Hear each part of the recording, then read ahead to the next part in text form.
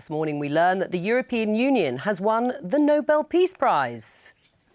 The Norwegian Nobel Committee has decided that the Nobel Peace Prize for 2012 is to be awarded to the European Union.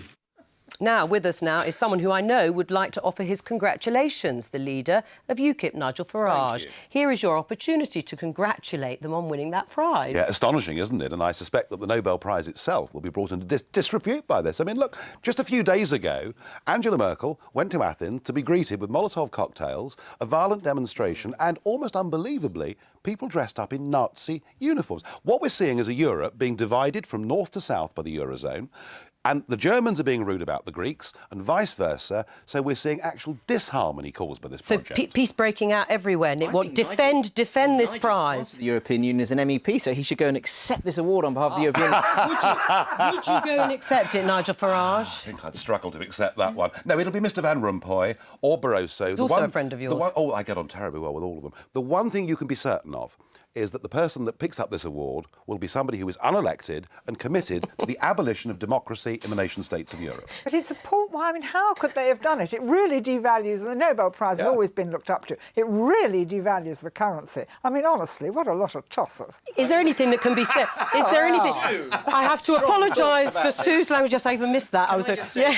This is 50 years too late. If they'd given it when the Treaty of Rome was signed in 1957, saying you're going to solve your problems at the conference table, not on the battlefield, as David Cameron said yesterday in his First World War speech, great. But the problem is there have been some disasters since then. What happened in Europe's backyard? The war in the former Yugoslavia. Yeah. It took the United States bombing Bosnia to get the Serbs to the Dayton conference table, not the European Union. Isn't the lesson, Nick, of Yugoslavia that if you artificially try and bring people together and impose a new flag and nationality on them without consent, it actually leads to civil war. And tragically, the European Union is doing exactly the same thing. And Barroso was very clear last month.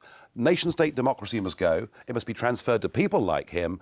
Fine, you can do that if the peoples of Europe want it, but there's no evidence they do. But Nigel Farage, isn't it an attempt to sort of say, look, the peoples of Greece and Spain and Ireland and Portugal, to use the pigs, actually want to stay in the euro, and this somehow will help them along that way psychologically? Listen, it won't make any difference to the economics, and it's noticeable that it wasn't the Nobel Prize for economics, because they certainly wouldn't have got that under any circumstances.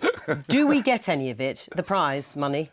Well, I don't know what will happen to it. I heard it was going to be divided up. If you divide it up across people of the nation state, you get but 0.002. But I mean, think of all those underpaid bureaucrats in Brussels. Yes. I mean, you know, they could do with some help. Or what about they could use the money to help pay off my fine, having been rude to Herman Van Rompuy. How much was that fine? €3,000.